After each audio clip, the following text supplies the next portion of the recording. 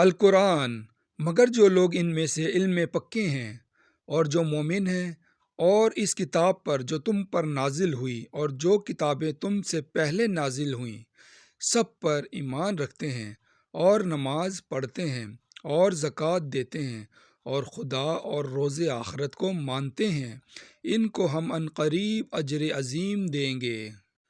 حضرت انس بن مالک رضی اللہ تعالی عنہ بیان کرتے ہیں، رسول اللہ صلی اللہ علیہ وآلہ وسلم نے فرمایا، جب مجھے معراج کرائی گئی تو میرا گزر ایک ایسی قوم پر ہوا جن کے ناخن تانبے کے تھے، جو اپنے چہروں اور سینوں کو چھیل رہے تھے۔